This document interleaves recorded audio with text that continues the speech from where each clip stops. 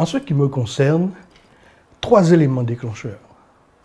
Le premier est le constat, c'est-à-dire ma connaissance des enjeux de la commune. Le deuxième, c'est ma capacité à agir et à résoudre des problèmes identifiés. Enfin, le troisième est mon pouvoir à transformer des mesures en actions concrètes et durables. Alors, vous comprenez bien que les difficultés ne me font pas peur.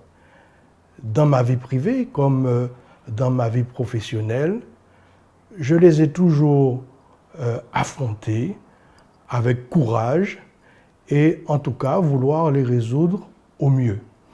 C'est au fond une question d'habitude, une question de tempérament et de caractère.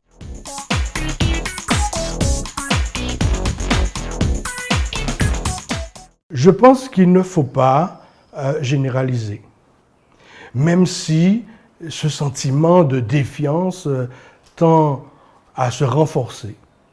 Il y a beaucoup d'élus qui travaillent et dans le bon sens pour le pays. Cependant, il y a un certain nombre qui ont failli.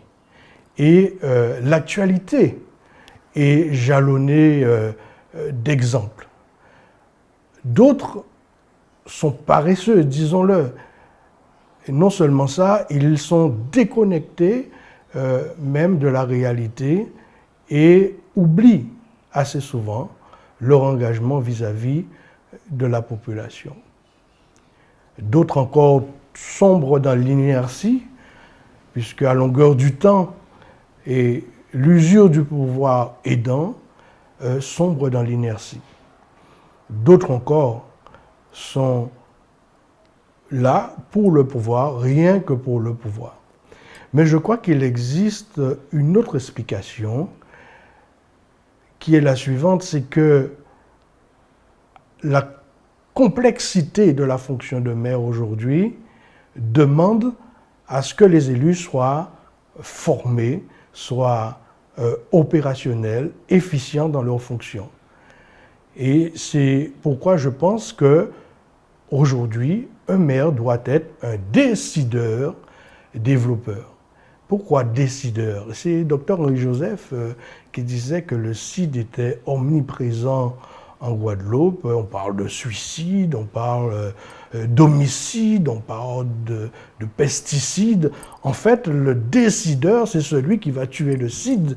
Et c'est pourquoi je dis que le maire, en tout cas le responsable politique, doit être un décideur, développeur qui ramène la notion à la notion de projet.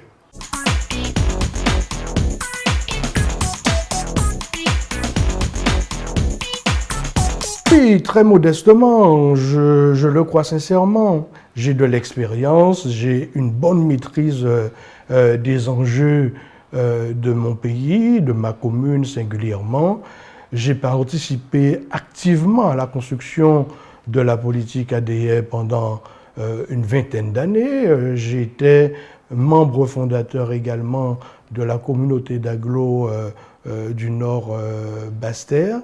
Donc, je n'ai pas eu qu'une implication politique. Mon implication était aussi une implication administrative, juridique et technique, notamment sur la transformation de la communauté de communes en communauté d'agglo.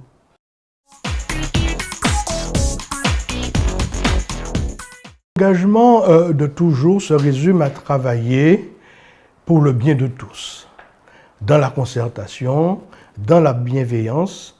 Et mon objectif général est de faire rayonner DIR, faire gagner ma commune et surmonter collectivement justement les difficultés qui s'opposent à son plein épanouissement.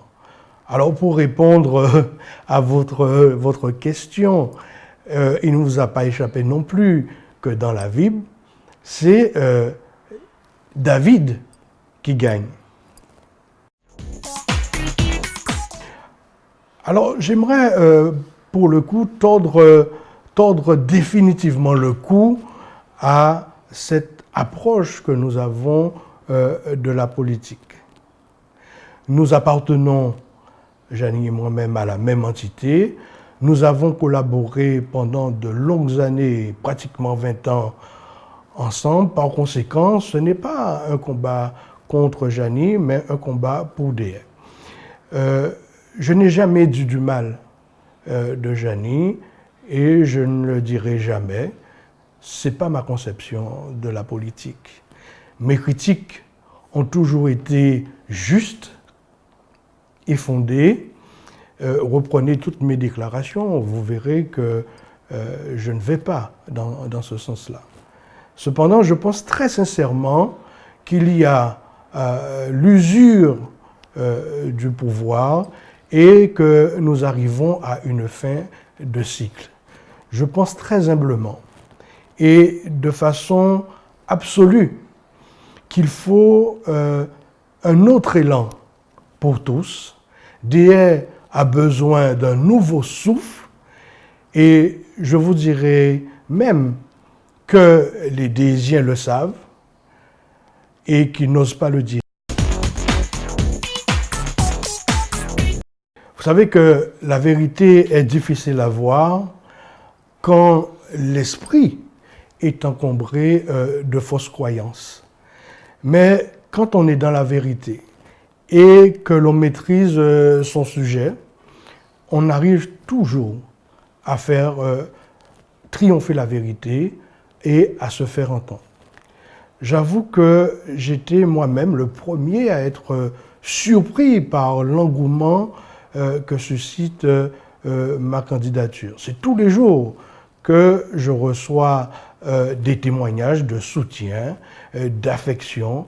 C'est vraiment un élan de cœur de la part des Déisiens et un courant de sympathie fort qui conforte en tout cas ma position aujourd'hui. L'objectif final est de faire évoluer la commune dans son ensemble.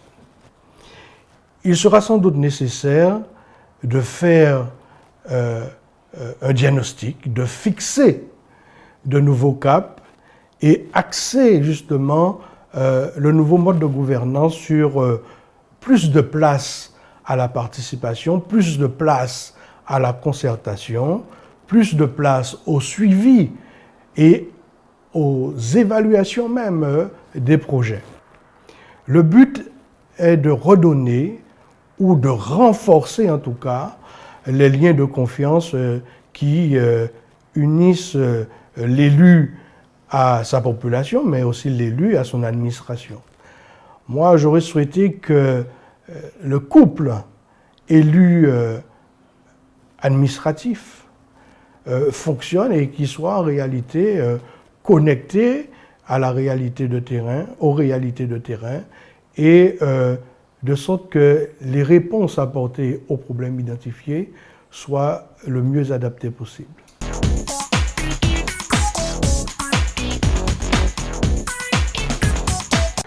J'aimerais tout d'abord rappeler que les établissements publics de coopération intercommunale se définissent par des groupements de communes ayant pour objet l'élaboration de projets communs de développement au sein d'un périmètre de solidarité. Ce ne sont pas des collectivités et encore moins l'arrière-boutique des communes. Le couple commune et intercommunalité doit évoluer ensemble en prenant le soin de définir justement l'intérêt communautaire sur les compétences partagées. J'ai été avec d'autres membres fondateurs de la communauté de communes, j'ai essayé d'outiller justement le PCI d'une charte de développement. J'ai fait reconnaître la communauté en tant que pays Nord-Bas-Terre. J'ai fait labelliser le territoire pôle d'excellence rurale. J'ai mis en place le GAL du Nord-Bas-Terre et j'ai lancé plusieurs chantiers. La pépinière d'entreprise, l'agence de développement du Nord-Bas-Terre, la mise en valeur des pistes essentielles équestres et cyclos sur le Nord-Bas-Terre, etc., etc. Je pense qu'il est urgent et nécessaire de faire émerger et développer durablement une authentique et salutaire culture de coopération. C'est fondamental. Fondamental de travailler l'envie de faire ensemble et la cohérence des interventions de la puissance publique sur le territoire. De créer une culture communautaire, tant au niveau des élus qu'au niveau des fonctionnaires. Il faut reprendre l'acte fondateur de la démarche qu'est la charte de développement et mettre en place la technostructure justement pour aller chercher les moyens nécessaires à la mise en œuvre de ces actions.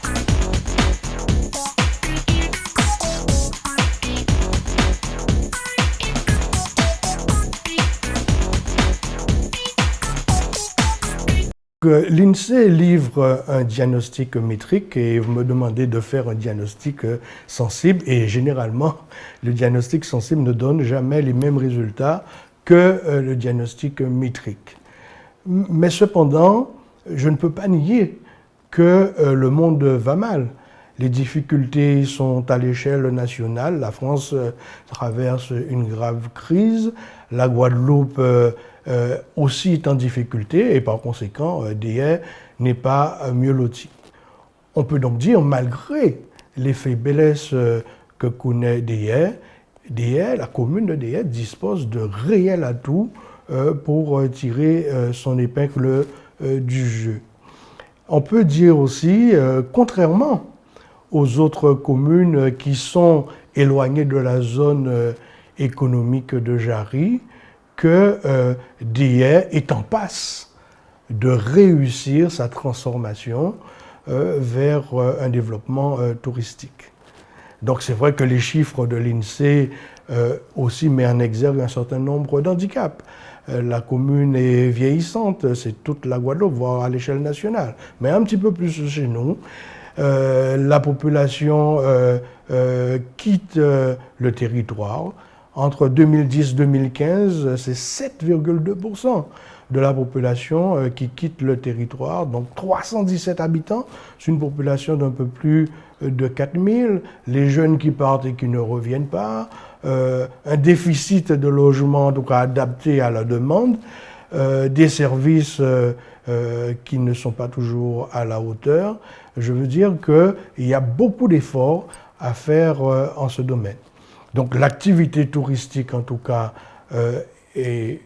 connaît un pic, et pourtant, on ne peut pas dire que la taxe de séjour soit affectée, en tout cas, à ce développement attendu, en tout cas pour rattraper, en tout cas, ce déficit d'équipement. Moi, j'aurais affecté, soit partiellement, soit en totalité, la recette générée par la taxe de séjour. Donc en matière de développement audiovisuel qu'on connaît, puisqu'il y a une série mondiale qui met en valeur la commune et qui devrait normalement générer une fréquentation supérieure. Aujourd'hui, on ne sait pas mesurer l'impact, si ce n'est le renforcement de la notoriété de la commune sur le plan international. Alors, vous voulez dire quand je serai élu? Non, je plaisante sérieusement. Aujourd'hui, nous avons travaillé à un projet et que nous estimons qui pourrait assurer l'alternance, une alternance sérieuse, une alternance solide, une alternance sûre. Mais ce que je veux dire à travers ce programme, c'est la vision que j'ai de la commune sur les 10-15 prochaines années.